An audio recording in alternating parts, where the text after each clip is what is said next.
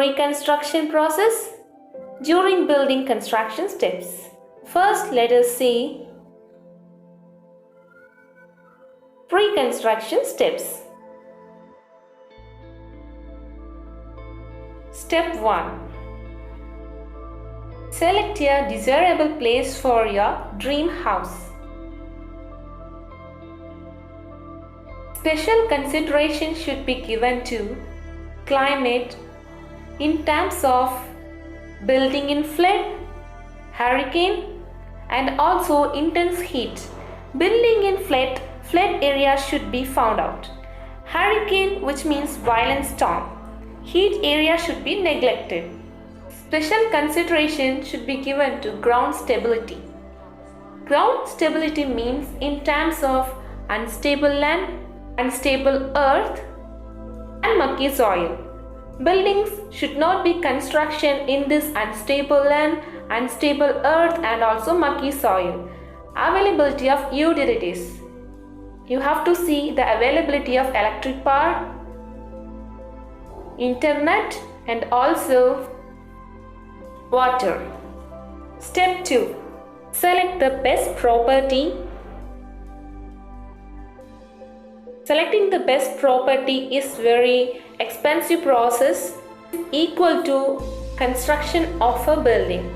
It requires major investment. Step 3. Land survey. Land survey prior to any construction work is needed to determine elevation, reduce level, and also types of soil. Step 4.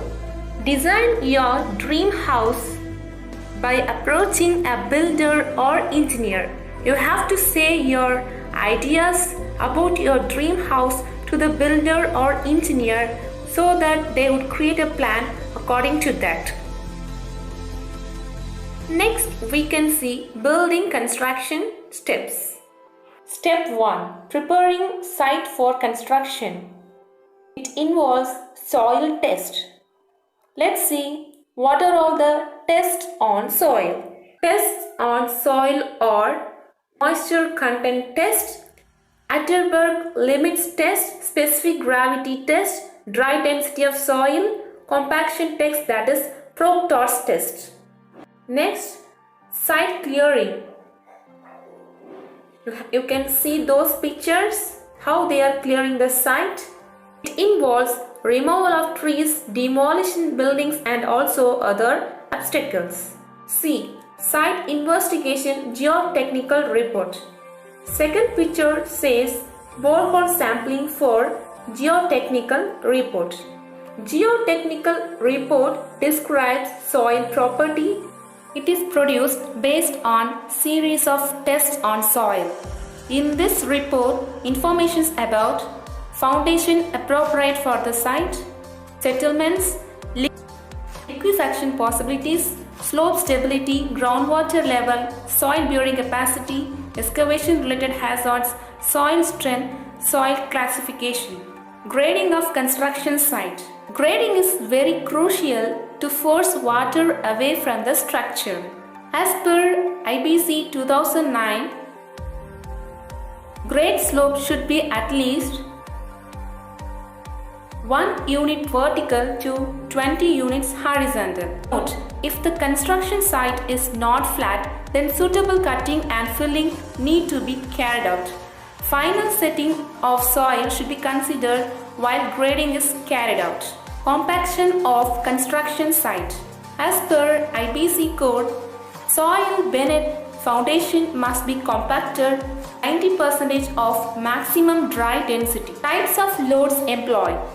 Tamping, rolling, vibration.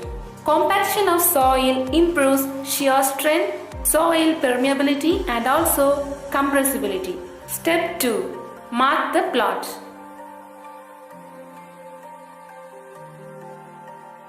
Mark foundation of the columns or walls according to drawing on the ground with the help of your plan. Mark foundation trenches on the ground with chalk powder. Step 3. Excavation.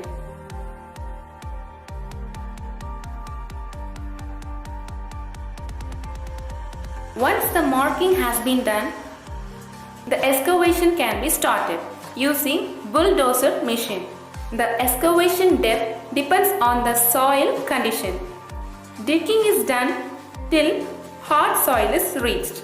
Excavation depends on the construction method, that is load-bearing wall system or column beam frame structure system. Before laying foundation, make sure that the excavated areas have been given anti-termite treatment. Step 4. Foundation. PCC, plain cement concrete. Why PCC is done? It is done to form a level surface, to avoid laying concrete on soil directly, to avoid mixing with soil, to prevent soil extracting water from PCC. Placing reinforcement. Cut the steel reinforcement as required sizes and provide L-bend as shown in your structural drawing.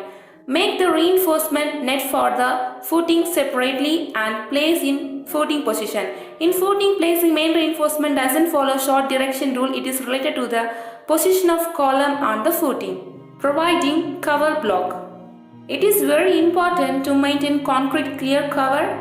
Provide footing cover of about 50 mm in bottom and sides of the footing to keep reinforcement net in position. Pouring concrete. Check whether the footing and column are properly placed. Generally, OPC 53 grade cement is suitable for all RCC structures for footing, column, beams and slabs. If everything is perfect, then move to pour concrete. You can use ready mix concrete or machine mixed concrete. After pouring concrete,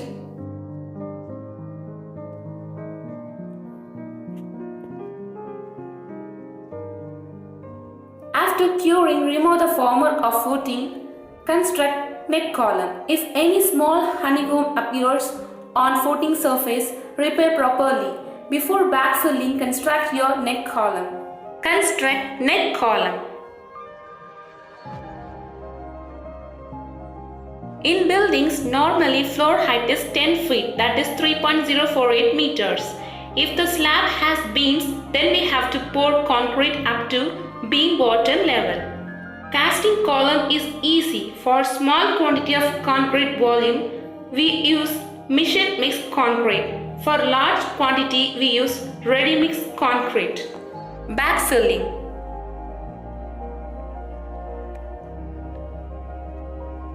Backfilling is the process of putting the soil back into a trench or foundation after the completion of excavation and its related work. The loose soil is compacted using jumping jack type compactor. Soil should be compacted minimum percentage of maximum dry density. Step 5. Ground beam. Ground beam is constructed at ground level. It connects all columns at ground level. It supports the wall or joist if soil subgrade have poor bearing capacity. It is reinforced cement concrete beam. It is provided to prevent settlement of wall. Step 6. Masonry work below plinth level. Masonry work below plinth level is required so that the basement filling can be done.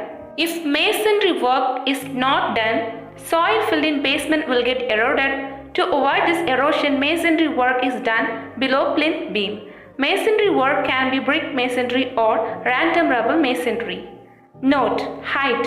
The height of masonry wall below plinth beam depends on level difference between road access and ground level of house building.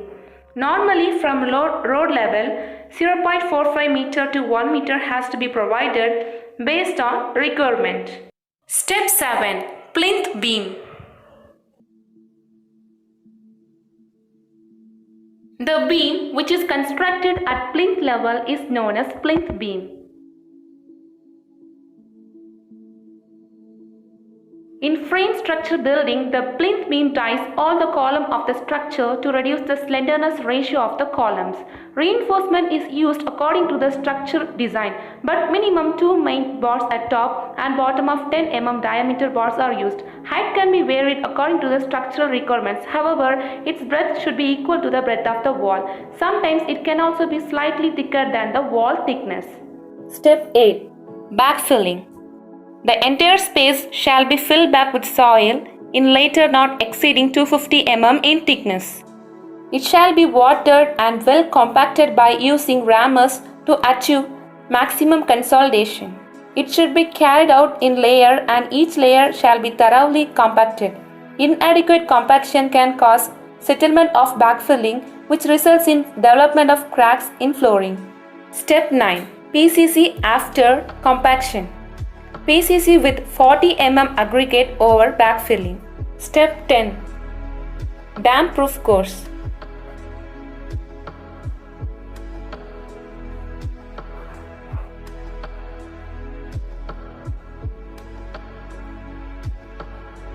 DPC is a layer near bottom of the walls of a house which prevents rising damp.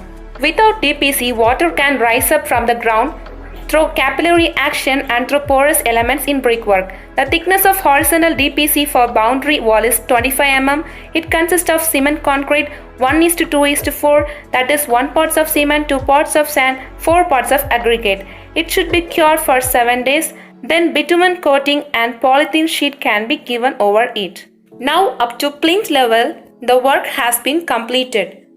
Next, superstructure column work is started with column starter. Step 11. Superstructure column. Superstructure is the portion above plinth level of building. The main components of superstructure are columns and beams. The columns are built up to slab level and the frame for further construction is prepared. What must you need to know about column? Column is a vertical structure. It transfers building load to the ground. Column box is a framework which is used to pour concrete which stands into neat column. A column is normally 300 mm thickness and 450 mm width. A column starter box is used to make a protrusion on a flat surface such as plinth beam. Step 12. Masonry work up to sill level.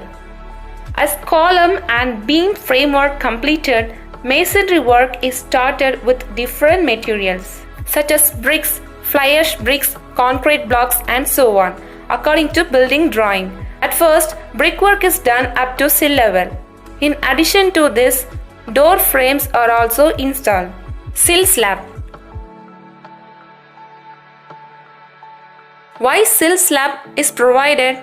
Why sill slab is provided? In window opening, at the corner of the window, a point load acts vertically. In window opening, at the corner of the window, a point load acts vertically in the brickwork. There is a chance of forming cracks at 45-degree angle as you see in this picture. This sill slab prevents the crack. Step 13. Masonry work up to lintel level. The first picture shows lintel level. Lintel slab is provided here. We can see the arrow mark also. The first picture shows lintel beam over door opening. The second picture shows lintel beam over window opening. Either throw lintel or cut lintel can be provided, but cut lintel is economical. Things you must know about masonry work, that is brickwork.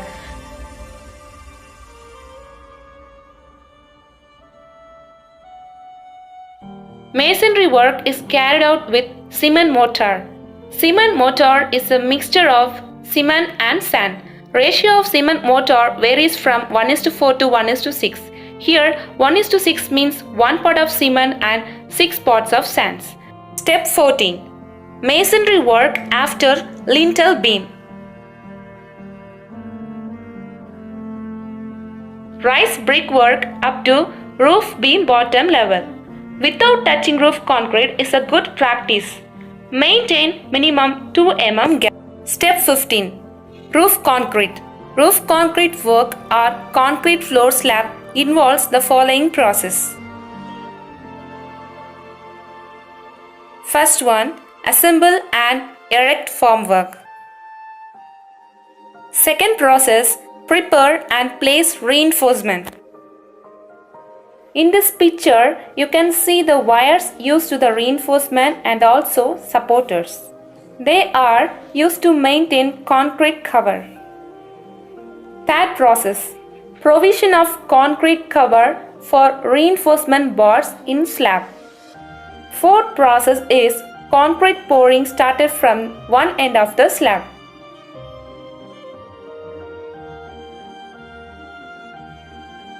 Fifth process, concrete pouring using pumps. Next process is placing and vibrating fresh concrete. Seventh process, curing roof concrete slab by ponding. And the last step is remove formwork. Step 16, parapet wall. Parapet wall is a protection wall in order to prevent us falling from terrace to ground. Size of parapet wall. Thickness of parapet wall must be minimum 230 mm, that is full brick parapet wall. Half brick parapet wall should not be considered. Height of parapet wall must be minimum 1 meter. Step 17. Electrical and plumbing. As we know that buildings are constructed with a clean finish in which electrical and plumbing work is not visible. They are installed in the walls and slabs such that they are concealed and not visible after the finishing work is done. The point and pipe end left out such that later they can be finished with the electric fitting and plumbing fixtures. Step 18.